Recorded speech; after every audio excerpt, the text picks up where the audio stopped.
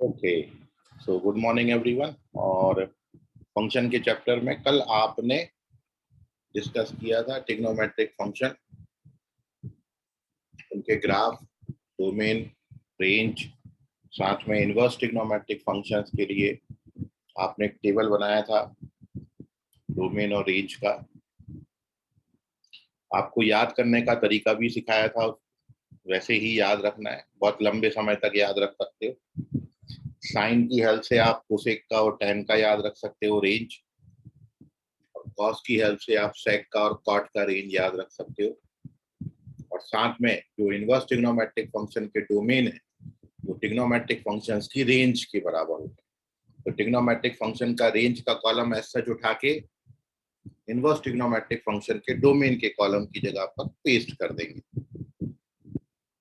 इतनी बात कल आपको बताई थी। साथ में हमने इनवर्स ट्रिग्नोमेट्रिक फंक्शन में साइन इनवर्स का ग्राफ देखा था। साइन इनवर्स का जो आपने ग्राफ बनाया है -1 से लेके 1 तक ही डिफाइंड है।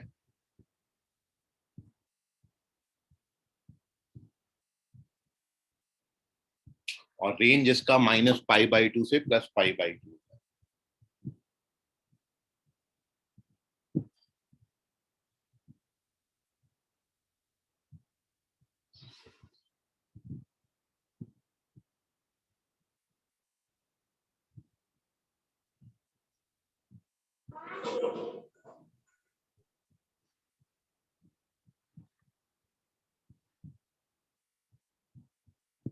और अपन बात कर लेते हैं इसमें जो वो है graph of inverse trigonometric function.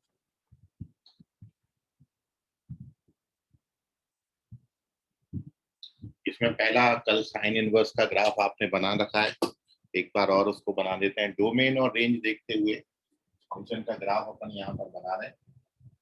Sine inverse function का जो ग्राफ है वो इस तरीके से मिलता है। यहाँ पर आके खत्म हो जाएगा, यहाँ पर खत्म हो जाएगा। ये -π/2 है, ये +π/2 है।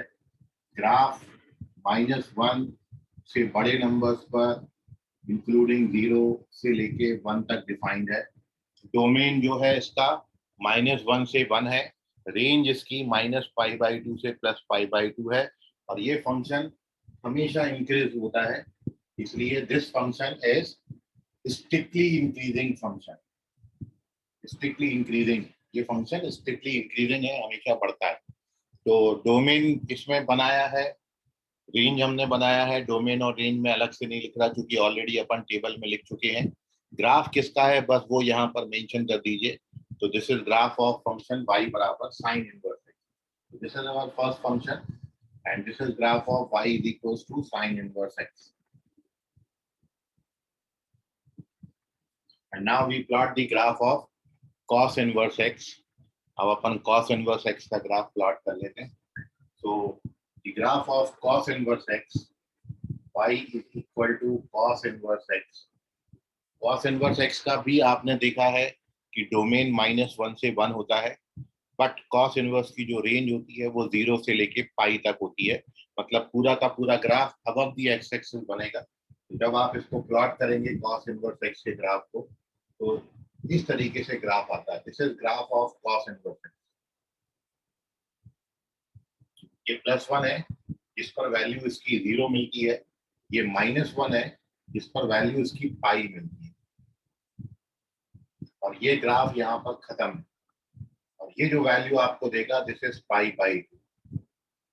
और ये ग्राफ ऊपर से नीचे हमने बनाया है, ये फंक्शन स्ट्रिक्टली डिक्रीजिंग फंक्शन है। This is strictly decreasing function. Domain वही -1 से +1, और रेंज इस फंक्शन का जो है रेंज इस फंक्शन का 0 से पाई। मिनिमम वैल्यू 0 मिलती है, मैक्सिमम वैल्यू पाई मिलती है। तो this is graph of function cos inverse x। Strictly decreasing function है, डोमेन मेंशन है और रेंज मेंशन है। इतनी बातें आपको ग्राफ के थ्रू लर्न करनी है और याद रखनी है। ये आगे आपको डोमेन रेंज निकालते वक्त या और भी जब आप फंक्शन पढ़ेंगे आगे फंक्शन का चैप्टर, तो और भी जगहों पर इसका बहुत इम्पोर्टेंस है। और जब आप इनवर्स ट्रिग्नोमेट्री पढ़ेंगे तब ये ग्राफ वहां पर भी आपको हेल्प करेगा। इसलिए ग्राफ को रफली आप आइडिया याद रखिए किस तरीके से ग्राफ बना हुआ है। Now we plot our third graph which is tan inverse x. Y is equals to tan inverse x. अब आपने जो tan inverse x बनाया है उसमें आपने tan inverse x का जो डोमेन लिखा है कि it is defined for every real number. Tan inverse x defined for all real number and its range is open interval minus pi by 2 से plus pi by 2. आपको बताया था जो साइन इनवर्स का रेंज है उससे tan इनवर्स की range याद रख सकते हैं। बस आपको इंटरवल को क्लोज इंटरवल से बस ओपन इंटरवल कर देना है। तो जब आप इसका ग्राफ पेपर पे ग्राफ प्लॉट करेंगे tan इनवर्स x का तो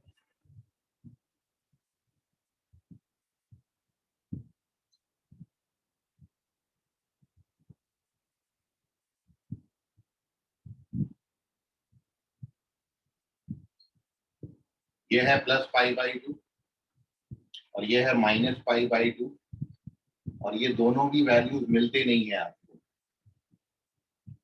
क्योंकि रेंज जो है इसकी open interval minus pi by 2 से प्लस पाई बाई 2 रेंज है। इसलिए मैंने डॉटेड बनाया है। ग्राफ इसके पैरेलल पैरेलल जाएगा और इंफिनिटी तक जाएगा। तो जब आप इसका ग्राफ पेपर पे ग्राफ प्लॉट करेंगे तो टैन इनवर्स फंक्शन का जो ग्राफ है वो इस तरीके से, और ये इसके पैरेलल चला जाएगा। So this function defined for all real number, her real number के लिए डिफाइंड है, क्योंकि ये ग्राफ में कहीं कोई ब्रेक होल जंप गैप नहीं आया है और ब्रेक होल जंप गैप नहीं आया, therefore this function define everywhere. और रेंज आप देखोगे तो इस फंक्शन की जो रेंज है open interval minus pi by 2 से open interval plus pi by 2 है। इसलिए ये इस लाइन को कभी क्रॉस नहीं करेगा, कभी टच नहीं करेगा, इंटरसेक्ट नहीं करेगा।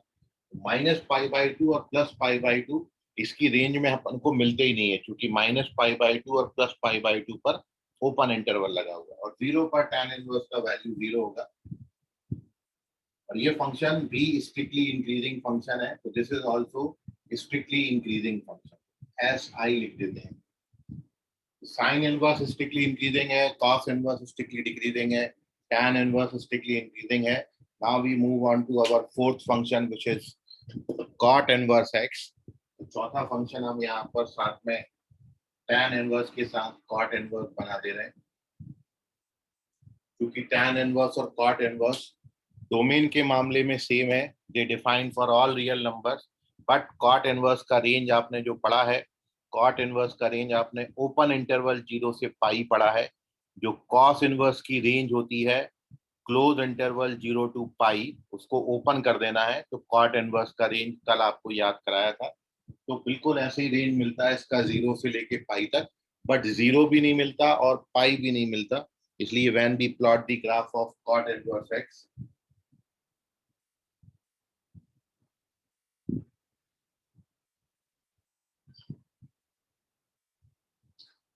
दिस इज पाई जो कि नहीं मिलता, दिस इज 0 जो कि नहीं मिलता है। इसको मैंने डॉटेड बनाया है, इसको भी मैंने डॉटेड बनाया है। डॉटेड बनाने का रीजन केवल इतना है क्योंकि ये जो फंक्शन है कॉट इनवर्स एक्स, इसकी रेंज में आपको 0 से पाई तक वैल्यू मिलती है, बट 0 भी नहीं मिलता और पाई भी नहीं मिलता। ठीक है, और ये फंक्शन यदि tan इनवर्स स्ट्रिक्टली इंक्रीजिंग है तो ये याद रखने के लिए बना रहे हैं कि cot इनवर्स जो है वो स्ट्रिक्टली डिक्रीजिंग है। बिल्कुल सेम ग्राफ बनेगा, ये नीचे से ऊपर गया था वो ऊपर से नीचे आया था, और इस तरीके से पैरेलल चला जाता है जैसे पाई पाई। तो ये फंक्शन स्ट्रिक्टली डिक्रीजिंग फंक्शन हुआ। This is graph of cot inverse. So tan inverse को देख के आप cot इनवर्स को याद रख सकते हैं। सो ये चार हमारे फंक्शन है, sine inverse, cos inverse, tan inverse, cot inverse. Domain और रेंज कल आपने लिखे, आज अपन ने इसमें एक नई क्वालिटी इनकी लिखी है कि ये फंक्शन यदि नीचे से ऊपर जा रहा है तो स्ट्रिक्टली इंक्रीजिंग, ऊपर से नीचे जा रहा है तो फिर स्ट्रिक्टली डिक्रीजिंग। तो cos inverse, cot inverse strictly decreasing है, टैन इनवर्स, साइन इनवर्स जो है स्ट्रिक्टली इंक्रीजिंग फंक्शन है। और हमारे दो फंक्शन और बचे, sec इनवर्स और कोसेक इनवर्स, उनको भी ग्राफ पेपर पे प्लॉट कर लेते हैं। लेकिन first you take the screenshot of this page. फिर अपन चलेंगे पेज नंबर 2 पर। इसका स्क्रीनशॉट लेके रख लीजिए।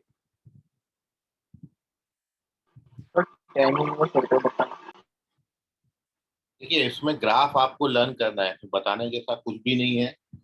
दिस फंक्शन डिफाइन एवरीवेयर, हर जगह डिफाइंड है, और आपको माइनस इंफिनिटी से प्लस इंफिनिटी तक ये फंक्शन को ग्राफ बनाना है। जबकि रेंज याद रखनी है कि ये -π/2 और +π/2 को छोड़ना नहीं चाहिए। मतलब आपने जो कल 10x का ग्राफ बनाया था, 10x का ग्राफ बिटवीन -π/2 से +π/2 आपने ग्राफ ऐसी बनाई थी ऊपर से नीचे, बस उसको 90 डिग्री आप जब रोटेट कर दोगे तो ऐसा दिखने लगेगा। तो 10x के ग्राफ से आप याद रख सकते हो। ठीक है, 10x में बहुत सारी ब्रांचेस मिलती हैं, प्रिंसिपल वैल्यू ब्रांच ये वाली है, 90 डिग्री रोटेट करके बना दिया बस 10 को, उसका याद रखना बस, उससे याद रहेगा, कभी भी भूलोगे नहीं। चलिए तो पेज नंबर के ऊपर चलते हैं और प्लॉट करते हैं cosec inverse. Page number 2, graph number 5, and here our function है कोसेक इनवर्स एक्स। कोसेक का ग्राफ अपन प्लॉट करेंगे अब।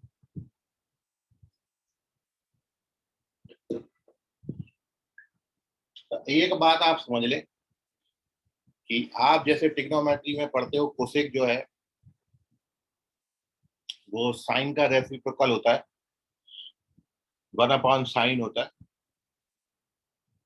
लेकिन यहाँ पर ऐसा कुछ भी नहीं है, यहाँ पर ऐसा नहीं बोलेंगे cosec inverse 1/sin inverse x होता है। तो ये आप बात समझिए कि मैं केवल साइन इनवर्स के ग्राफ से आपको कोसेक इनवर्स का ग्राफ केवल याद करा रहा हूं। कैसे आप याद करोगे, तो आप एक चीज ये समझें कि tan इनवर्स हमने यहाँ से हटा दिया,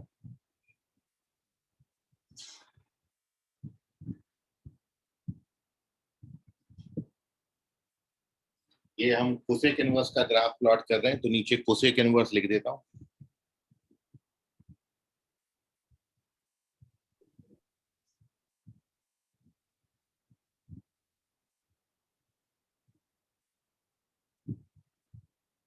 अब आप यदि कोसेक इनवर्स का डोमेन जाके देखें, तो मैं यहाँ पर साइन इनवर्स लिख रहा हूँ, यहाँ पर कोसेक इनवर्स लिखा है, यहाँ पर इन दोनों फंक्शन का डोमेन मेंशन करता हूँ, और फिर इन दोनों फंक्शन का रेंज मेंशन करूंगा। आप ये जान रहे हो कि साइन इनवर्स का जो डोमेन है अभी आपको दिख रहा है कि it is defined for close interval -1 से +1, और साइन इनवर्स का जो रेंज है वो क्लोज इंटरवल -π/2 से +π/2 है। ये आपको डायग्राम में दिख रहा है। अब आपने जो कोसेक इनवर्स कल लिखा उसका डोमेन और रेंज लिखा, तो आपने कोसेक इनवर्स का जो डोमेन लिखा है, कोसेक इनवर्स डिफाइन कहाँ कहाँ है, कोसेक इनवर्स डिफाइंड है इतने नंबर्स को छोड़कर। मतलब कोसेक इनवर्स का डोमेन आप देखेंगे तो वो आपने लिखा है -∞ से -1 और यूनियन +1 से +∞। ये कोसेक इनवर्स का आपने कल डोमेन लिखा है, टेबल में आप देखिए जाके। और एक्चुअली ये कोसेक की रेंज है, ये कोसेक फंक्शन का रेंज होता है, इसलिए कोसेक इनवर्स का डोमेन बन गया। और कोसेक का आपको रेंज याद रखने के लिए आपको बताया था, बिल्कुल साइन जैसी रेंज होती है except its mid point. Cosec का रेंज आपको साइन की रेंज की हेल्प से याद कराया था, और वो ये था कि यही होता है पूरा का पूरा -π/2 से +π/2, बट यहाँ से जीरो बस निग्लेक्टेड होता है क्योंकि कोसेक जीरो नॉट डिफाइंड है, इसलिए जीरो बस निकाल दिया। तो ये मैंने दोनों फंक्शन का डोमेन और रेंज लिख दिया है। अब मेरे पास साइन इनवर्स का ग्राफ ऑलरेडी बना हुआ है। अब यदि आप इस साइन इनवर्स के ग्राफ में कोसेक इनवर्स का ग्राफ प्लॉट करें, तो इसी के साथ मैं इसको बता देता हूं कि कोसेक इनवर्स यहाँ पर आपको कैसे दिखेगा। तो सबसे पहली बात, साइन इनवर्स यहाँ से यहाँ तक डिफाइंड है, इतनी वैल्यूज के लिए साइन इनवर्स डिफाइंड है, और कोसेक इनवर्स इतनी ही रेंज में नहीं आता। मतलब ये साइन इनवर्स का एरिया है, और इस एरिया में कोसेक इनवर्स डिफाइंड नहीं होता। कोसेक इनवर्स कहाँ डिफाइंड है, 1 और 1 से बड़ी वैल्यूज पर, और -1 और -1 से छोटी वैल्यूज पर। एक चीज दूसरी बात, साइन इनवर्स इंक्रीजिंग है तो कोसेक इनवर्स जो है वो डिक्रीजिंग फंक्शन होता है। यदि साइन इनवर्स इंक्रीज कर रहा है तो कोसेक इनवर्स डिक्रीजिंग होता है। ये दूसरी बात होगी। तीसरी बात, साइन इनवर्स का रेंज ये है, कोसेक इनवर्स का रेंज भी यही है, बट इसमें जीरो नहीं आता। बस इतनी बातों को ध्यान रखते हुए जब मैं ग्राफ प्लॉट करूंगा कोसेक इनवर्स का, तो केवल इतना ऐसा ग्राफ बनता है। इसको याद रखें। तब ये याद रखने के लिए सारी कहानी बताई आपको। तो कोसेक इनवर्स का ग्राफ केवल यहां से पकड़िए और ऐसा कर दीजिए, अब ये इंफिनिटी तक चला जाए, और यहां से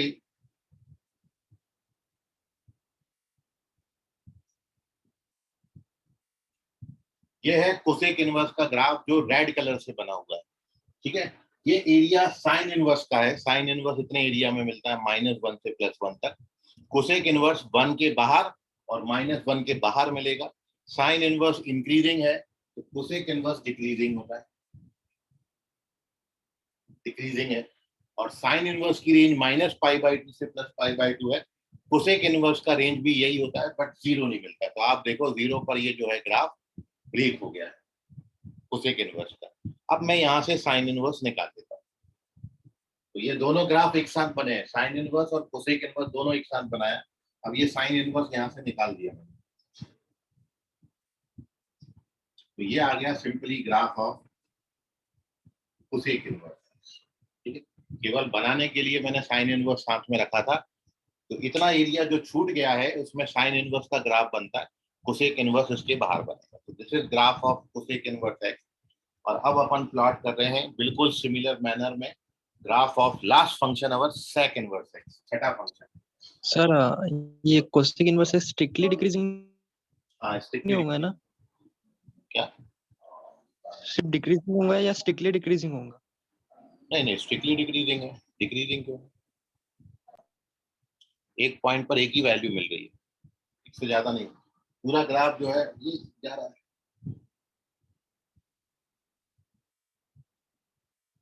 डिक्रीजिंग क्यों होगा तुम्हारे हिसाब?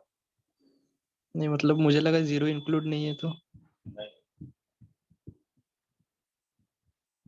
स्ट्रिक्टली डिक्रीजिंग होगा। आप ये एसडी लिख लो यार। This function is strictly decreasing. Now our next function is sec inverse x. जो मैंने आपको यहाँ समझाया बिल्कुल वही यहाँ पर बता रहा हूँ। एक बार और रिवाइज कर रहे हैं। यही चीज सेक इनवर्स के साथ बिल्कुल ऐसी बनती है कॉस इनवर्स को देखते देखते।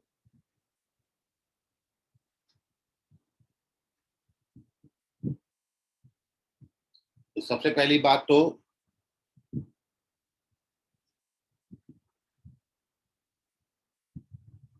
डोमेन और रेंज का अपन बना देते हैं टेबल यहाँ पर। तो यहाँ पर मैं कॉस इनवर्स एक्स ऊपर बनाया था आपका, ये ग्राफ बना है अभी कॉस इनवर्स का। और यहाँ पर सेक इनवर्स एक्स, ये इन दोनों फंक्शंस के डोमेन, यहाँ पर दोनों फंक्शंस के रेंज अपन लिखेंगे। तो कॉस इनवर्स जो डिफाइंड है वो -1 से +1 तक डिफाइंड है। और रेंज जो है कॉस इनवर्स की क्लोज इंटरवल 0 से पाई, ये भी डायग्राम में ऊपर बनी है। अब इसको देख के यदि आप सेक इनवर्स का डोमेन और रेंज कल टेबल में आपने देखा था, तो सेक इनवर्स का जो डोमेन है वो यही होगा, -∞ से -1 और यूनियन +1 से +∞, यही डोमेन है। और रेंज कॉस इनवर्स जैसी होती है एक्सेप्ट π/2। तो रेंज क्या होगा? 0 से पाई, क्लोज इंटरवल 0 से पाई, एक्सेप्ट π/2। अब यदि इस बात को आप देखें तो इसकी रेंज, अब एक चीज जो है कॉस इनवर्स जो है वो स्ट्रिक्टली डिक्रीजिंग फंक्शन है, लिखा हुआ है कॉस इनवर्स स्ट्रिक्टली डिक्रीजिंग है। तो सेक इनवर्स जो है वो स्ट्रिक्टली इंक्रीजिंग होगा। हमको इंक्रीज करता हुआ फंक्शन बनाना है। डोमेन इतने एरिया में कॉस इनवर्स डिफाइंड है और सेक इनवर्स जो है इसके बाहर डिफाइंड। और रेंज जो है बिल्कुल यही आती है 0 से पाई, बट π/2 बस नहीं आता। तो जो π/2 नहीं आता तो मैंने क्या किया इस ग्राफ में, ये π/2 वाली लाइन प्लॉट कर, दिस इज π/2 ये रेंज में नहीं मिलता। अब आपको जो ग्राफ बनाना है वो स्ट्रिक्टली इंक्रीजिंग ग्राफ बनाना है।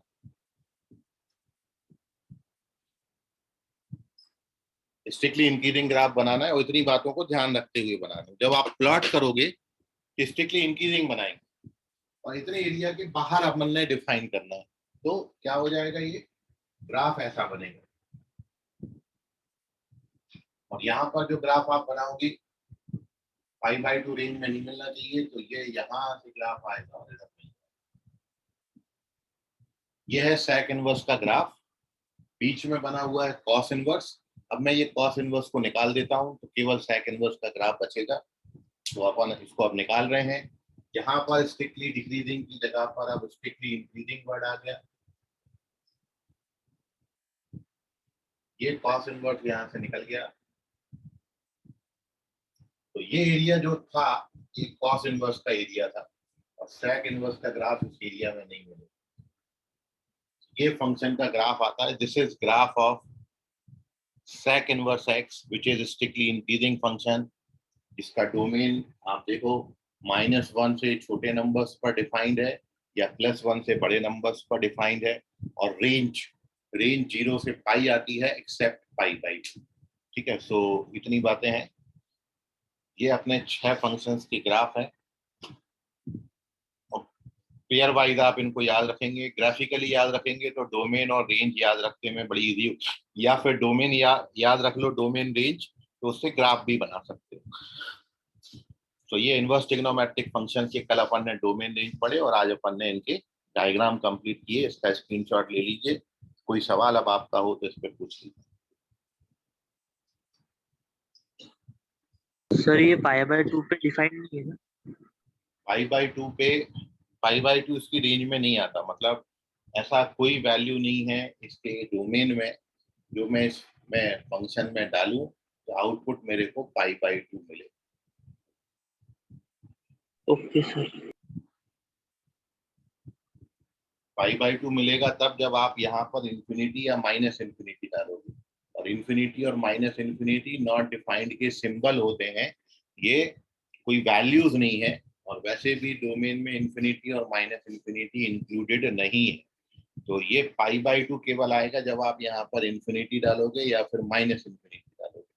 बट डोमेन में इंफिनिटी माइनस इंफिनिटी इंक्लूडेड नहीं है, इसलिए π/2 कभी रेंज में मिलता नहीं। इसका जो मतलब ये हुआ कि ये π/2 कब मिलेगा, जब आप x का वैल्यू देखो, जैसे जैसे x को बढ़ाते जा रहे हो वैसे वैसे इसका जो आउटपुट है वो बढ़ता जा रहा है।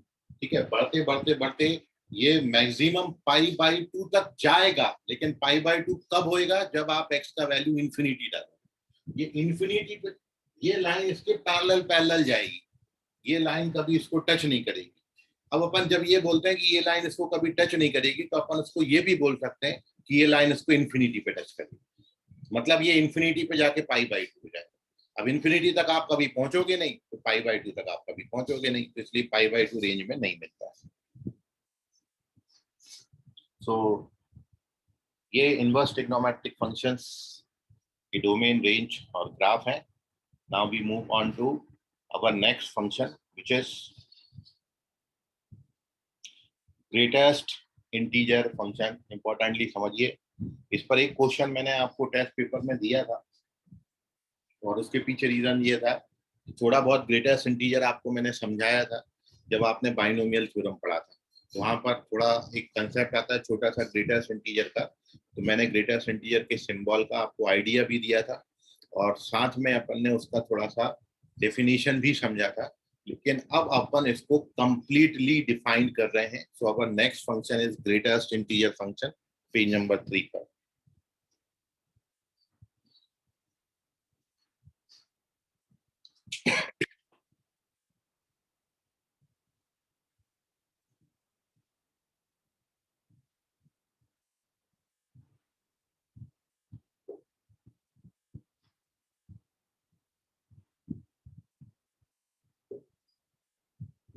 नेक्स्ट हेडिंग है greatest integer.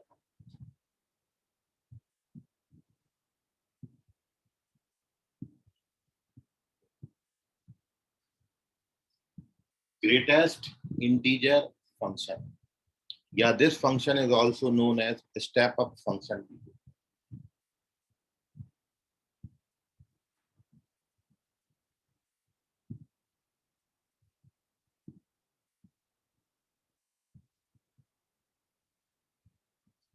Step up function भी क्यों बोलते हैं स्टेप अप, अभी आपको समझ में आ जाएगा। तो सबसे पहली बात तो नोटेशन होता है, क्या है इसका notation.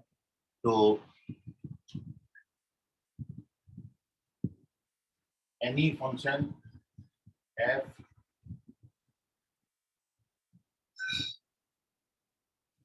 Denoted by F of X equals to, ये स्क्वायर ब्रैकेट लगा दिया एक्स पे, is called greatest integer function. आगे से कैलकुलस में किसी नंबर पर ये ब्रैकेट लगा होगा तो आप उसको ग्रेटेस्ट इंटीजर फंक्शन मानेंगे, लेकिन तब जब उसके सामने लिखा होगा कि this denotes greatest integer function, otherwise आप उसको केवल ब्रैकेट मानो। एग्जाम में बिल्कुल क्लियरली याद रखिए कि जब ग्रेटेस्ट इंटीजर फंक्शन बोला जाएगा तो ही आप इसको ग्रेटेस्ट इंटीजर फंक्शन मानिए, अदरवाइज आप इसको ब्रैकेट मानेंगे। तो जब ये दिया जाता है तो इसमें साइड में आपने कहीं कहीं अभी इतने क्वेश्चन आप सॉल्व करते होंगे तो आपने देखा होगा कि ग्रेटेस्ट इंटीजर फंक्शन जब भी उनको पूछना होता है तो वो साइड में कॉमा लगा के ऐसा मेंशन कर देते हैं where this denotes greatest integer function, ऐसा लिखा आता है। ठीक है, तब इसको ग्रेटेस्ट इंटीजर फंक्शन मानिए, अदरवाइज ये सिंपली ब्रैकेट होगा। तो जब किसी नंबर पर ऐसा सिंबल आ जाएगा तो अपन इसको पढ़ेंगे ग्रेटेस्ट इंटीजर वैल्यू। तो ये ग्रेटेस्ट इंटीजर फंक्शन का सिंबल है, जैसे मॉड्यूलस फंक्शन का मॉड एक्स होता है, वैसे ही ग्रेटेस्ट इंटीजर फंक्शन का ये साइन है। जब भी इस तरीके से नोटेशन, ये नोटेशन हो गया। अब अपन इसकी डेफिनेशन डिफाइन करें, तो it's called GIF, greatest integer function, and defined as,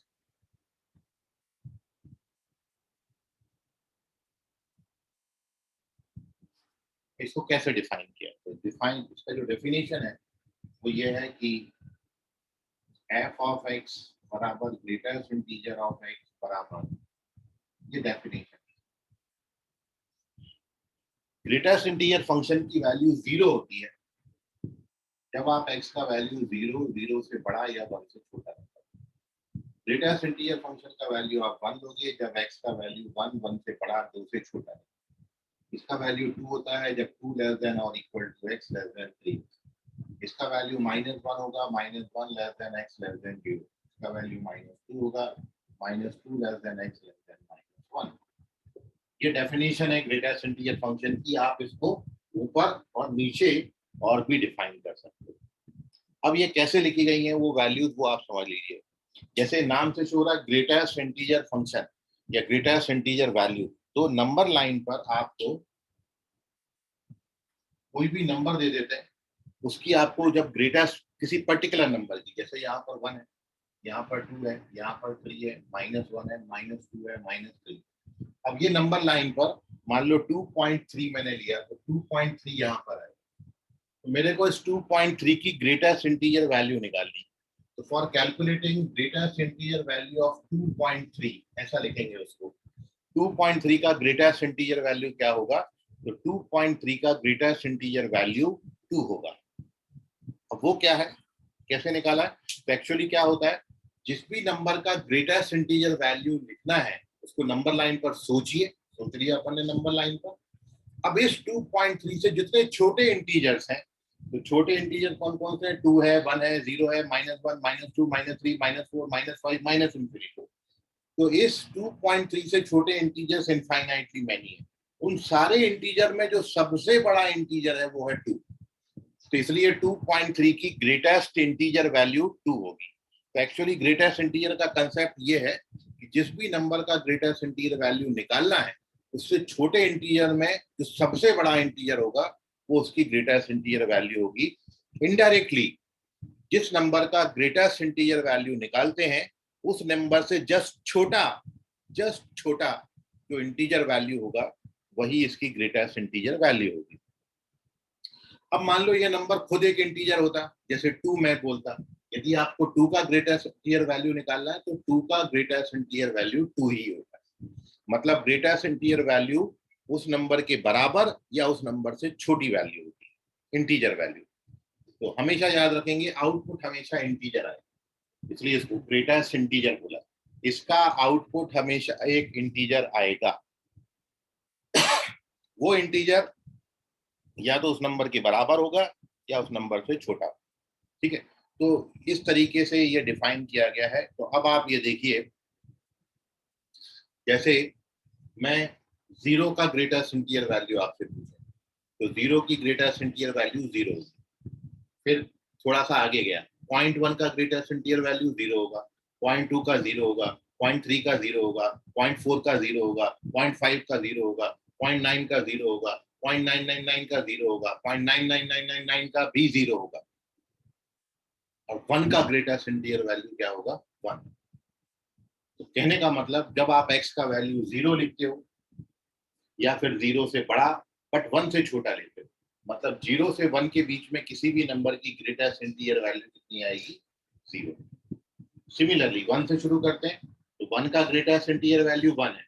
1.1 से बड़े नंबर मतलब 1.1 का, 1.2 का, 1.3 का, 1.4 का, 1.5 का, 1.99 का, 1.999 का, ग्रेटेस्ट इंटीजर वैल्यू 1 आएगा।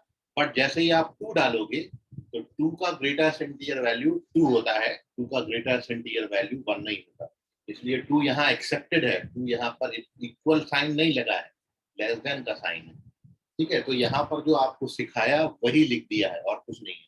कि 0 से 1 तक किसी भी नंबर की ग्रेटेस्ट इंटीजर वैल्यू 0 होगी, 1 से 2 तक 1 होगी, 2 से 3 तक 2 होगी, -1 से 0 तक -1 होगी, -2 से -1 तक -1। ये इस फंक्शन की डेफिनेशन हमने डिफाइन करी है। जो छोटा सा कंसेप्ट आपको बताया बस वही है, इसको लिखने का तरीका वही है, क्या कि जिस भी नंबर की ग्रेटेस्ट इंटीजर वैल्यू लिखनी है उस नंबर से जस्ट छोटा या उस नंबर के बराबर जो वैल्यू आएगी, इंटीजर वैल्यू आएगी, वही आपका आंसर है। इसको समझने में अभी कोई डाउट है आपको तो पूछ लीजिए। सर अगर 2.9 रहा तो उसका 2 चाहिए ना? हाँ, 2.9 रहे, 2.999 रहे, 2.99999999999 तुम्हारे घर तक 9 लगा दूं तो भी ग्रेटेस्ट इंटीजर वैल्यू 2 ही रहेगा। एग्जैक्ट जब तक 3 नहीं हो जाता, जब तक 3 नहीं होगा, 3 से जब तक छोटा पकड़ते रहोगे तब तक 2 ही लेते रहेंगे। और कोई डाउट किसी बच्चे को? तो this is our greatest integer function. ये अपन ने इसका नोटेशन लिखा, ये अपन ने इसको डिफाइन किया, और अब दो चीजें ये होने के बाद, एक बार जब फंक्शन डिफाइन हो जाता है तब अपन उसका ग्राफ बड़े आसानी से बना। अब इस फंक्शन का ग्राफ अपन बना रहे हैं।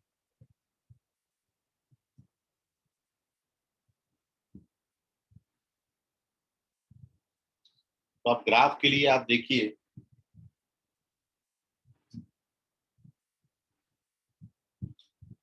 ग्राफ में यहीं से पकड़ लेते हैं पहले।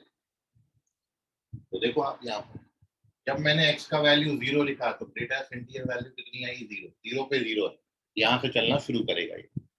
0 पे 0 है, 0.1 पे 0 है, 0.2 पे 0 है, 0.3 पे 0 है, 0.4 पे 0 है, 0.5 पे 0 है, 0.999 तक 0 आएगा। लेकिन जैसे ही आप 1 डालोगे तो 1 पे इसकी ग्रेटेस्ट इंटीजर वैल्यू कितनी हो जाएगी, ठीक है। तो 0 पे 0 है, 0.1 पे 0, 0.2 पे 0, 0.3 पे 0, 0.999 तक 0 आएगा। लेकिन जैसे ही 1 डालोगे तो 0 नहीं आता, 1 पे फिर ये जंप कर जाएगा। 1 पर इसकी ग्रेटेस्ट इंटीजर वैल्यू कितनी होगी, 1। अब देखिए 1 पर 1 है, 1.1 पे 1 है, 1.2 पे 1 है, 1.3 पे 1 है, 1.999 तक 1 आएगा। लेकिन जैसे ही आप 2 डालोगे, जैसे ही 2 डालोगे, 2 पर इसकी ग्रेटेस्ट इंटीजर वैल्यू कितनी हो जाएगी,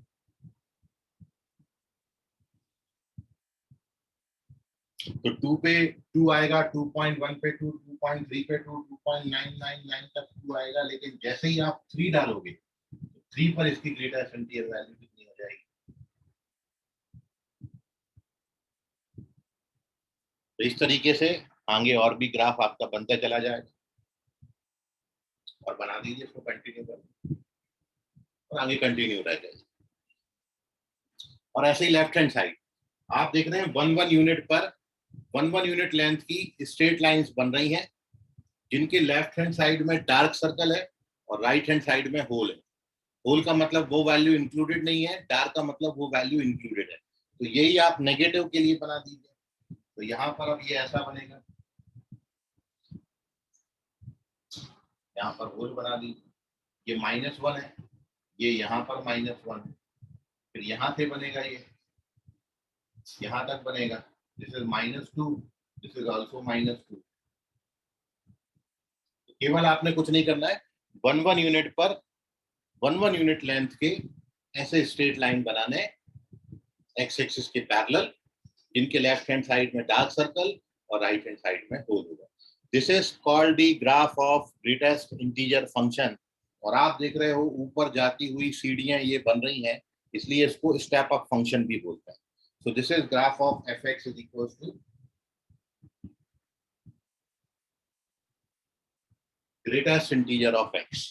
तो इसकी इस डेफिनेशन को हम जब ग्राफ पेपर पे प्लॉट करेंगे तो ऐसा ग्राफ। और अब इतना बात होने के बाद दो चीजें अपन इसमें देखते हैं कि भैया इसका डोमेन क्या है और रेंज क्या है। तो this function defined everywhere, her real number की ग्रेटेस्ट इंटीजर वैल्यू आपको मिलेगी। आप देखें कि हर रियल नंबर यहाँ पर लिखा गया, इसलिए इसका domain set of real number है। और सेट ऑफ रियल नंबर होने के बाद यदि आप इस फंक्शन का रेंज की बात करेंगे तो range of this function is Z या सेट ऑफ इंटीजर। ठीक है, क्योंकि आउटपुट में केवल और केवल आउटपुट जो आपको मिल रहा है ये आउटपुट है, ये इतना डालने के बाद ये मिला, इतना डालने के बाद ये मिला, तो ये आउटपुट का कलेक्शन है। तो रेंज आपकी ये आ रही है, ये आने का मतलब सारे इंटीजर्स आ रहे हैं रेंज। तो रेंज सेट ऑफ इंटीजर है और domain set of real number है। ये ग्राफ है ग्रेटेस्ट इंटीजर फंक्शन का, ये उसका डेफिनेशन है और ये उसका नोटेशन है। This is our greatest integer function. कुछ और बातें हम करेंगे ग्रेटेस्ट इंटीजर फंक्शन की अगले पेज पर, इसका स्क्रीनशॉट ले लो पहले।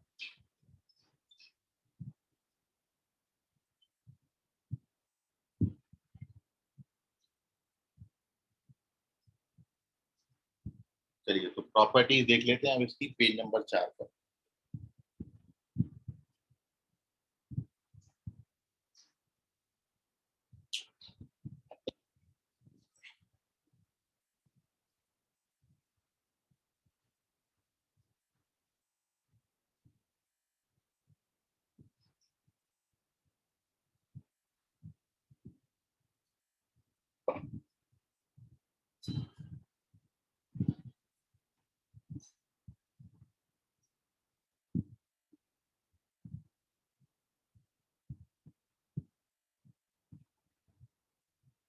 Properties of greatest integer function, सबसे पहला प्रॉपर्टी है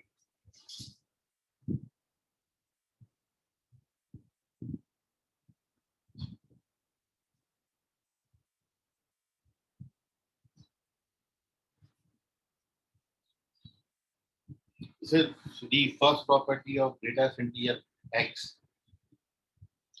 ये ग्रेटेस्ट इंटीजर फंक्शन की प्रॉपर्टी है। x आपका कोई भी रियल नंबर हो सकता है और ये हर रियल नंबर के लिए वैलिड है। एक्चुअली ये जो प्रॉपर्टी है ये दो प्रॉपर्टी को मिला के मैंने एक प्रॉपर्टी लिख दी। एक प्रॉपर्टी आपको ये बोलती है कि भाई एक तो ये रिलेशन होता है कि जो x है वो greatest integer of x plus 1 से बड़ा होता है, जबकि ग्रेटेस्ट इंटीजर ऑफ x से बड़ा या फिर बराबर हो सकता है। एक प्रॉपर्टी ये लिखी है और एक प्रॉपर्टी ये लिखी हुई है, दो को मिला दिया है तो ये प्रॉपर्टी बन गई। किसी भी नंबर के लिए ये प्रॉपर्टी हमेशा वैलिड होगी। मैं दो नंबर लेके आपको इसको प्रॉपर्टी को वेरीफाई कर देता हूँ। जैसे इफ यू टेक x का वैल्यू 2.3, यदि मैं x का वैल्यू 2.3 रखूंगा तो 2.3 यदि आप x को रख रहे हैं तो 2.3 में 1 सब्ट्रैक्ट करोगे तो कितना आएगा, 1.3 आएगा। और 2.3 का ग्रेटेस्ट इंटीजर वैल्यू कितना होता है, 2 होता है, तो ये 2 आएगा। अब ये जो x आपने लिया है ये 2.3 लिया है, तो यहाँ पर ये ग्रेटर देन का साइन है और x का वैल्यू कितना लिया, 2.3। 2.3 की ग्रेटेस्ट इंटीजर वैल्यू 2 होती है, 2 में 1 ऐड करोगे तो कितना आएगा। देखिए पूरी इनइक्वालिटी वैलिड होगी। तो मैंने वो नंबर लिया जब x का वैल्यू 2.3 लिया, मतलब नॉन इंटीजर लिया था। अब मैं कोई इंटीजर भी लेके दिखा देता हूँ, जैसे x का वैल्यू 3 ले लिया। जब आप x को 3 लोगे तो 3 में 1 गया तो 2 बचे, लेस देन 3 का ग्रेटेस्ट इंटीजर वैल्यू 3 होता है। इसको आपने x को कितना लिया है 3, तो यहाँ पर इक्वल का साइन है, और ये लेस देन कितना होगा 3 और 1, मतलब ओवरऑल यहाँ तो सेम इनइक्वालिटी है, यहाँ भी सेम इनइक्वालिटी है। अब यहाँ पर दो साइन लगे, या तो लेस देन या तो इक्वल, तो एक बार में कोई एक यूज होगा। यदि ये जो x है ये आपका इंटीजर रहा, तो अपन जानते हैं किसी इंटीजर की greatest integer value which number होती है। तो यदि आप इस x को इंटीजर लोगे तो यहाँ इक्वल का साइन आए, और यदि आप इसको नॉन इंटीजर लोगे तब यहाँ ग्रेटर देन का साइन आए। तो यहाँ पर पूरी इनइक्वालिटी में फोकस करने वाली बात केवल ये जगह है कि इस जगह पर दो साइन लगे हुए, तो कब प्लस होगा, सॉरी कब पॉजिटिव वाला साइन यूज होगा इनइक्वालिटी, या कब इक्वल होगा, वो डिपेंड करेगा आप नंबर क्या ले रहे हैं। और नंबर आप दो ही टाइप के ले सकते हो, या तो नंबर आपका इंटीजर होगा या फिर नॉन इंटीजर होगा। ठीक, सो ये प्रॉपर्टी है, फर्स्ट प्रॉपर्टी, इसको याद रखिएगा।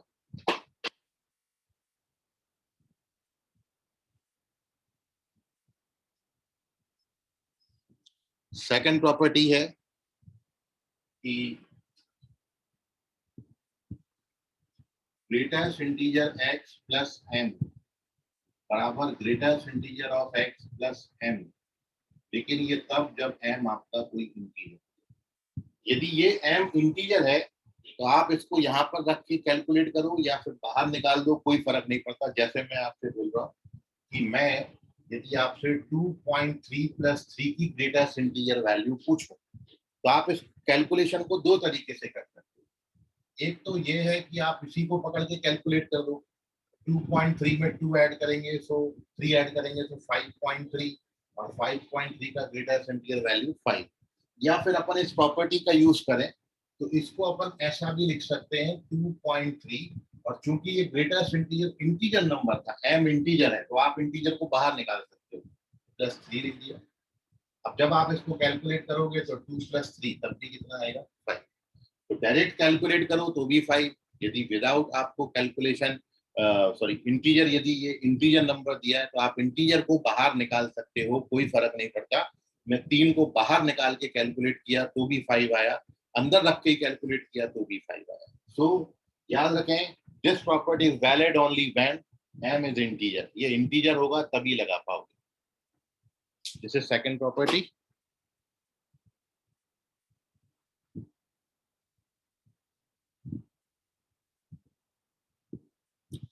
Moving on to property number 3, and your third property is, आप यदि किसी ग्रेटेस्ट इंटीजर में किसी नंबर को ऐड करते हो,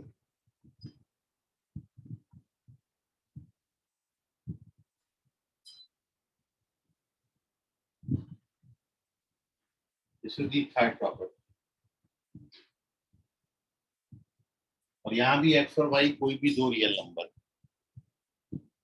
तो दो रियल नंबर्स हैं, उनके इंडिविजुअल ग्रेटेस्ट इंटीजर वैल्यू का जो सम है वो इस क्वांटिटी से छोटा है।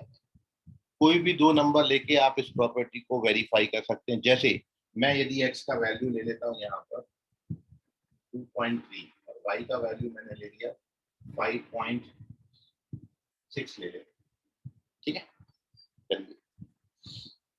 अब आप यदि इस साइड को कैलकुलेट करोगे तो ग्रेटेस्ट इंटीजर ऑफ x कितना आएगा 2, ग्रेटेस्ट इंटीजर ऑफ y कितना आएगा 5, और यहाँ पर पहले x और y को ऐड करेंगे तो 7.9 बनेगा, और 7.9 की ग्रेटेस्ट इंटीजर वैल्यू कितनी आएगी 7।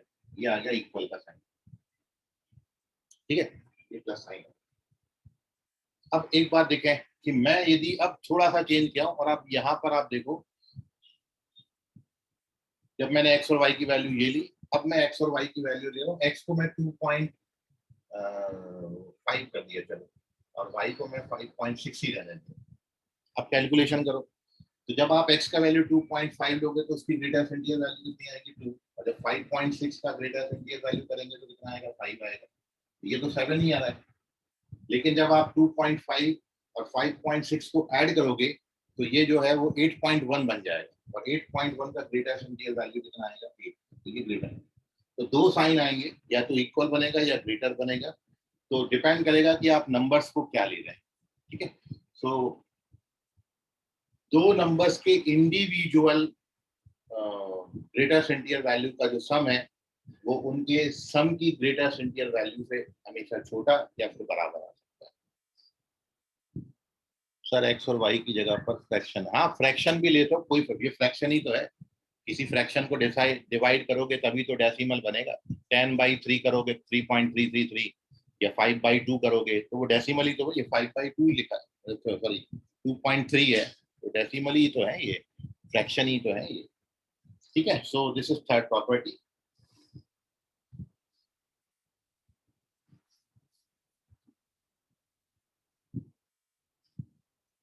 और कहाँ गया था, एक प्रॉपर्टी और बहुत इंपॉर्टेंट है, वो प्रॉपर्टी है बात।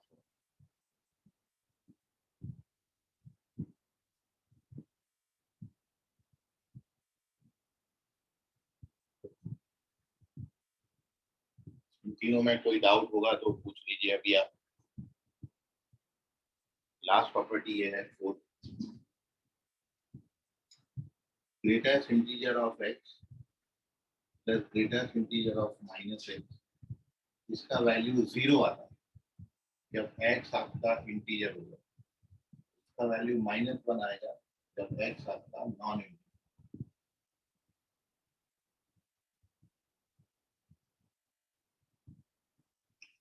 This is fourth last property.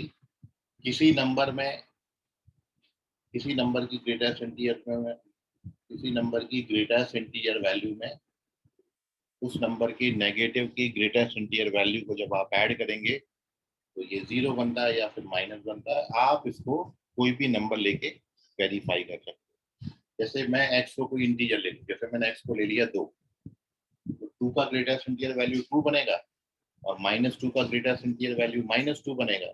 2 - 2 0। कोई भी इंटीजर ले लोगे हमेशा 0 आएगा। अब मैं कोई नॉन इंटीजर ले लेता हूँ, जैसे मैंने 2.3 ले लिया, तो 2.3 का ग्रेटेस्ट इंटीजर वैल्यू 2 आएगा, और -2.3 का ग्रेटेस्ट इंटीजर वैल्यू -3 आएगा। 2 - 3 कितना हो जाएगा, -1, ठीक है। सो यदि नॉन इंटीजर डालोगे तो -1 आएगा, और यदि इंटीजर डालोगे तो 0 आएगा, इसको याद रखिएगा। तो सर अगर जैसे ग्रेटेस्ट इंटीजर फंक्शन के अंदर अगर दो मतलब डेसिमल दिए तो उनको ऐड कर सकते हैं ना, जैसे 0.5 और 0.6 उनको हाँ, ऐड करके। ये अभी बताया था ना। हाँ वही मतलब कर सकते हैं ना। हाँ ठीक है, तो ये प्रॉपर्टीज है ग्रेटेस्ट इंटीजर फंक्शन की, और अपन इस पे क्वेश्चन करेंगे ग्रेटेस्ट इंटीजर फंक्शन पर की प्रॉपर्टी पर। एक और फंक्शन मैं इसमें बता देता हूँ जो इसी का भाई बिल्कुल इसी जैसे बनता है, ठीक है। तो अपन पहले उसको भी पढ़ लेते हैं, उसकी डेफिनेशन पढ़ लेते हैं, ग्राफ बना लेते हैं, डोमेन रेंज लिख लेते हैं, प्रॉपर्टीज उसकी भी लिख लेते हैं, फिर इन दोनों को मिला के कुछ अच्छे क्वेश्चन करते हैं अपन। अच्छे क्वेश्चन बनते हैं वो अपन करेंगे। सो इसका स्क्रीनशॉट लीजिए, पेज नंबर 5 पर चल रहे हैं, where we discuss one more important function, page number 6, sorry page number 5।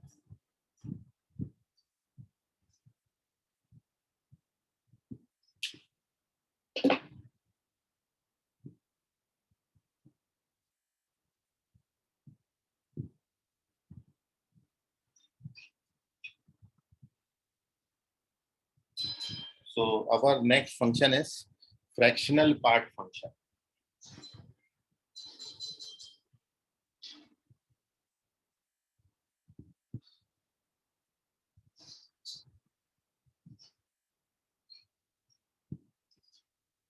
Fractional part function.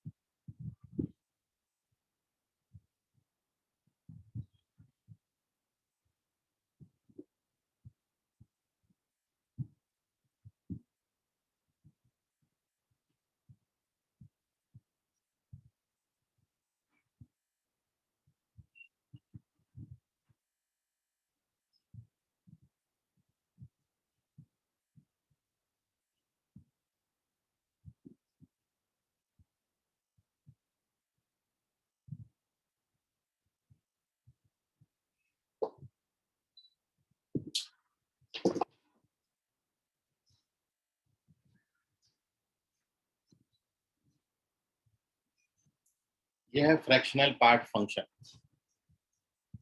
तो आप ये जानते हो कोई भी नंबर जब आप लेंगे तो वो दो पार्ट से मिलके बना है, एक डेसिमल के पहले वाला पार्ट और एक डेसिमल के साथ डेसिमल के बाद वाला पार्ट। जैसे 2.3, तो 2.3 में डेसिमल के पहले वाला जो पार्ट है वो है 2 और डेसिमल के साथ डेसिमल के बाद वाला जो पार्ट है वो है 0.3। तो 2.3 ये जो है, ये हम x का कोई वैल्यू लें, यदि x मैंने 2.3 लिया तो ये x दो पार्ट से मिलके बना है, ये है वो दो पार्ट। और इस पार्ट में आप इस दो को बोलते थे इंटीग्रल पार्ट, जो अभी आप पढ़ के आए इंटीजर पार्ट। और ये जो 0.3 है इसको बोलेंगे फ्रैक्शनल पार्ट, यही है। तो आपको यही लिखा है डेफिनेशन में कि ये जो 2 है, ये 2 एक्चुअली क्या है, इस फंक्शन की ग्रेटेस्ट इंटीजर वैल्यू है। तो x बराबर एक्चुअली क्या हो गया 0.3। तो अब यदि मैं इसको यहाँ पर ट्रांसफर कर दूं, मतलब किसी नंबर में से यदि मैं उसका इंटीजर पार्ट अलग कर दूं तो जो बचेगा वो बचेगा 0.3 और इसी 0.3 को आप क्या बोलेंगे, इसकी फ्रैक्शनल पार्ट वैल्यू। तो फ्रैक्शनल पार्ट को कर्ली ब्रैकेट में लिखा जाता है। मतलब किसी नंबर के दो पार्ट है, इंटीजर पार्ट और फ्रैक्शनल पार्ट। तो इंटीजर पार्ट को ग्रेटेस्ट इंटीजर स्क्वायर ब्रैकेट लगाएंगे और जो फ्रैक्शनल पार्ट है उसको कर्ली ब्रैकेट के अंदर लिख देंगे, उसको बोलते हैं फ्रैक्शनल पार्ट। तो यही डेफिनेशन लिखा है कि जो फ्रैक्शनल पार्ट होता है वो किसी नंबर में से उसके इंटीजर पार्ट को हटाने के बाद जो कुछ बचेगा वो फ्रैक्शनल पार्ट कहलाएगा। इसको अपन बोल रहे हैं फ्रैक्शनल पार्ट फंक्शन।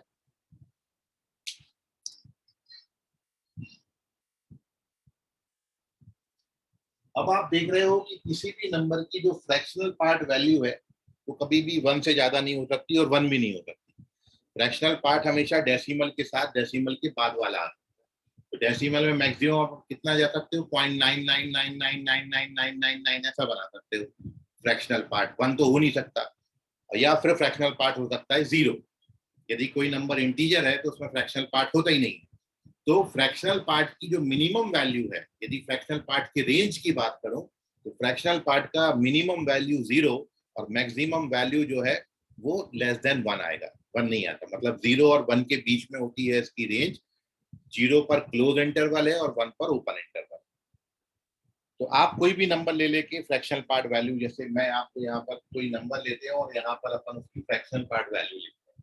जैसे 0.1 का फ्रैक्शनल पार्ट वैल्यू 0.1 है, 0.2 का 0.2 है, 0.999 का फ्रैक्शनल पार्ट वैल्यू 0.9999 है। लेकिन जैसे ही आप 1 डालोगे तो 1 की फ्रैक्शनल पार्ट वैल्यू कितनी हो जाएगी, 0। फिर 1.1 का फ्रैक्शनल पार्ट वैल्यू 0.1, 1.2 का 0.2, फिर 1.9 का फ्रैक्शनल पार्ट वैल्यू 0.9 है। लेकिन जैसे ही आप 2 डालोगे तो फ्रैक्शनल पार्ट वैल्यू 0, 2.1 का फ्रैक्शनल पार्ट वैल्यू 0.1, 2.2 का फ्रैक्शनल पार्ट वैल्यू 0.2, 2.9 का फ्रैक्शनल पार्ट वैल्यू 0.9 और जैसे ही आप 3 डालोगे तो फ्रैक्शनल पार्ट वैल्यू 0। मतलब जब आप कोई नंबर लेते हो इंटीजर, तो इंटीजर की फ्रैक्शनल पार्ट वैल्यू हमेशा 0 आती है। और बाकी आप देख रहे हो कि ये जो फ्रैक्शनल पार्ट वैल्यूज हैं ये रिपीट होती हैं। 0.1 की जो फ्रैक्शनल पार्ट वैल्यू थी वही 0.1 की जो फ्रैक्शनल पार्ट वैल्यू थी वही 1.1 की होगी, वही 2.1 की होगी, वही 3.1 की होगी, वही 5.1 की होगी, 10.1 का फ्रैक्शनल पार्ट वैल्यू भी वही होगा। तो यदि इन बातों को ध्यान में रखते हुए और इस डेफिनेशन को ध्यान में रखते हुए आप यदि ग्राफ पेपर पे फ्रैक्शनल पार्ट फंक्शन का ग्राफ प्लॉट करें तो मैं इसको ग्राफिकली आपको बताता हूं। जो मैंने यहाँ वैल्यूज लिखी हैं इन्हीं को ग्राफ पेपर पे डाल देते हैं तो अपन इसका ग्राफ बता। तो ये देखिए साइड में graph.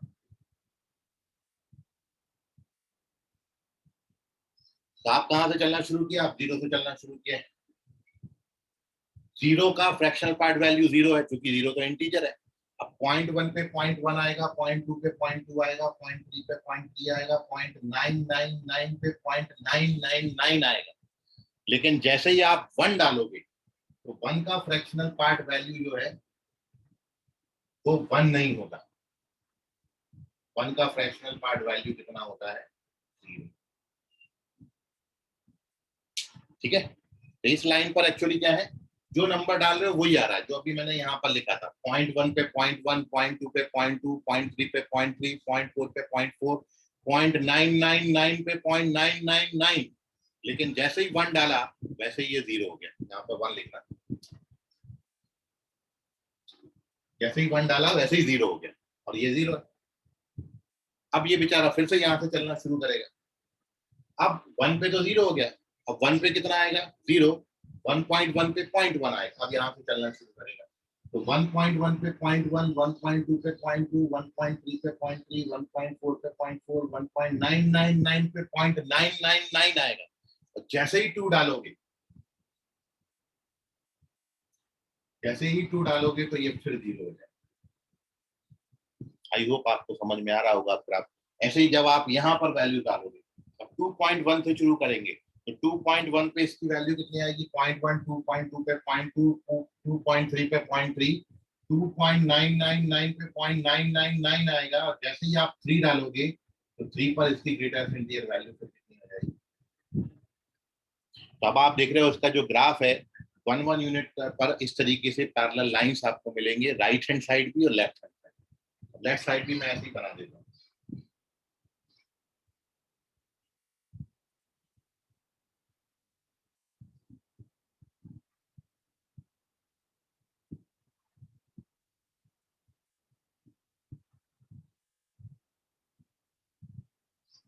So this is graph of fractional part function.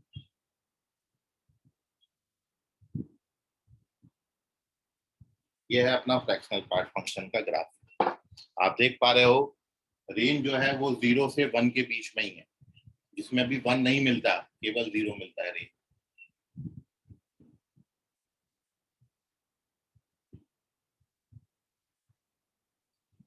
तो अब आप सर अगर इंटीजर उसकी वैल्यू 0, क्या पूछ रहे हो आयुष सर? अगर इंटीजर उसकी वैल्यू 0, इंटीजर पर वैल्यू 0 आती है, फ्रैक्शनल पार्ट होता ही नहीं है इंटीजर।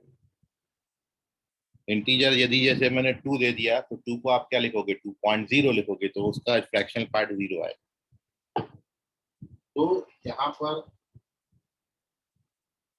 इसी बात को बहुत इंपॉर्टेंटली आप ये ऐसा ध्यान में रखेंगे, बहुत ज्यादा हेल्प करेगा फ्रैक्शनल पार्ट ही। एक्चुअली क्या है, आप देख रहे हो जब आप 0 और 1 के बीच में कोई नंबर डाल रहे हो तो 0 और 1 के बीच में उसकी जो वैल्यू है, जो इनपुट डालते हो वही आता है।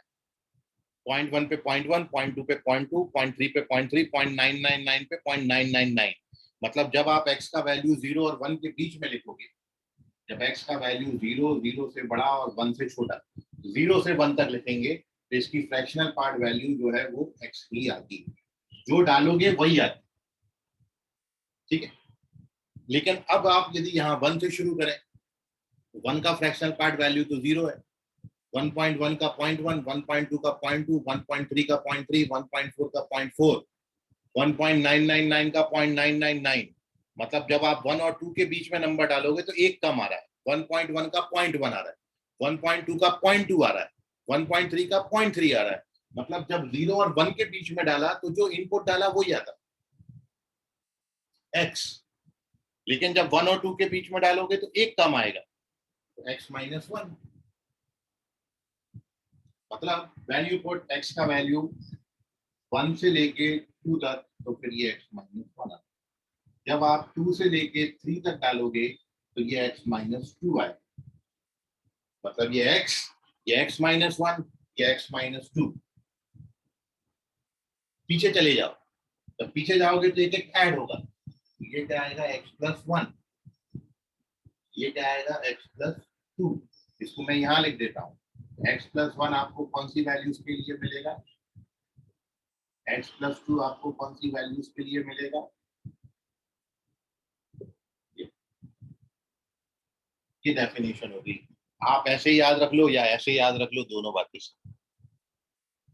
यह है फ्रैक्शनल पार्ट फंक्शन। बाकी आपको डोमेन आप देखेंगे, set of real number, range आप देखोगे, रेंज आपको अभी बताया, क्लोज इंटरवल 0 से ओपन इंटरवल 1, हर जगह डिफाइंड है। डोमेन ऑल रियल नंबर है और रेंज 0 से 1 तक। इतनी बात में आपको कोई डाउट है तो पूछिए। फ्रैक्शनल पार्ट फंक्शन का ग्राफ बना है, डेफिनेशन लिखी है, नोटेशन लिखा हुआ है, डोमेन रेंज लिखा हुआ है।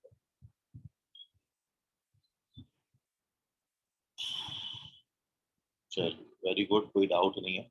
एक बात और समझ लें, इसकी कुछ प्रॉपर्टीज अपन यहाँ पर बहुत छोटी छोटी सी एक दो प्रॉपर्टीज हैं इसकी।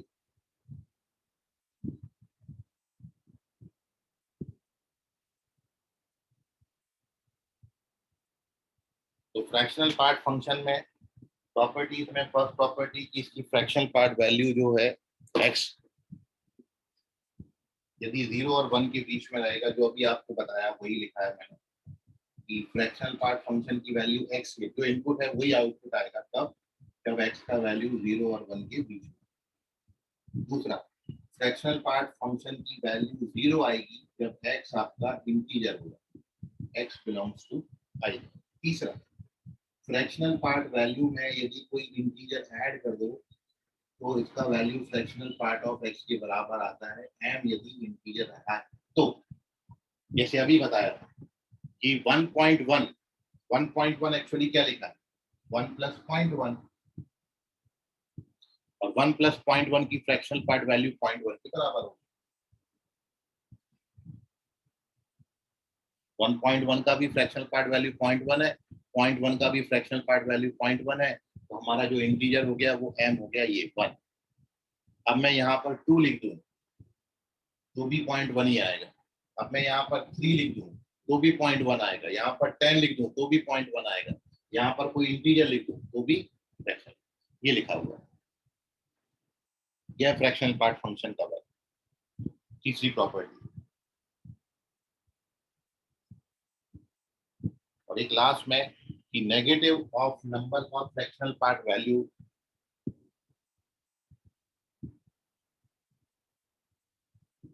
One minus fractional part of x हो जाएगा यदि x आपका इंटीजर नहीं है तो।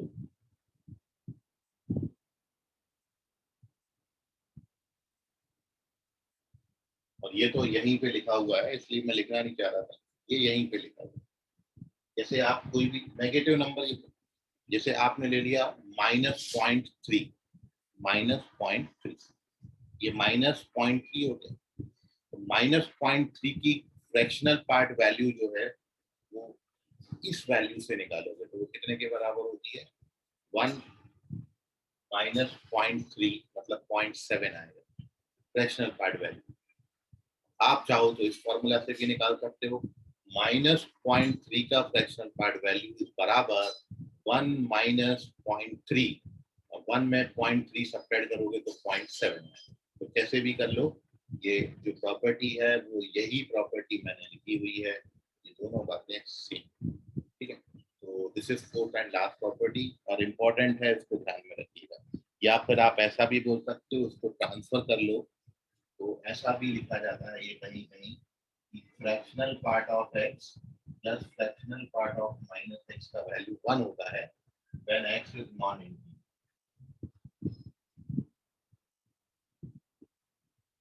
x इंटीजर नहीं होना चाहिए, क्योंकि इंटीजर हो गया x तो फ्रैक्शनल पार्ट वैल्यू हमेशा 0 आती है, तो नॉन इंटीजर बोला। तो यदि मैं कोई नॉन इंटीजर x ले लूं और यदि उसके फ्रैक्शनल पार्ट वैल्यू में उसके नेगेटिव की फ्रैक्शनल पार्ट वैल्यू ऐड करूं तो फिर ये +1 के बराबर आता है। आप कोई भी नंबर लेके इसको वेरीफाई कर सकते हैं। जैसे आप यहाँ पर x का वैल्यू 0.3 ले लो तो ये 0.3 बनेगा और ये 0.7 बनेगा, 0.3 में 0.7 ऐड करोगे तो 1 आ जाएगा। कैलकुलेशन करके देखिएगा। ये फोर्थ प्रॉपर्टी और लास्ट प्रॉपर्टी है। तो ये फ्रैक्शनल पार्ट फंक्शन से रिलेटेड पूरी प्रॉपर्टीज हो गई।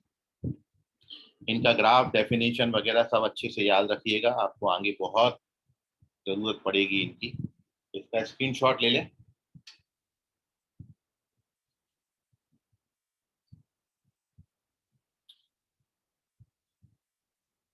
सर टेस्ट पेपर का क्वेश्चन दिया ये, और नहीं अब आप ट्राई करो। देखिए क्वेश्चन पेपर में मैं आपको वो क्वेश्चन का करेक्शन बता देता हूँ। क्वेश्चन मेरे को एग्जैक्ट याद नहीं है, ठीक है। क्वेश्चन में जो लास्ट वाला टर्म था वो 99 पे खत्म किया था, वो उसको आप 999 कर लेना और अब ट्राई करना तो आ जाएगा। क्वेश्चन में करेक्शन था इसलिए बोनस किया है। हाँ सर अब आ रहा है। हाँ, 999 था, 999। चलिए तो इसका स्क्रीनशॉट लीजिए, बाकी करेंगे अगली क्लास में। आज के लिए फिलहाल इतना, धन्यवाद, bye everyone. Bye sir. Bye बेटा, बाय।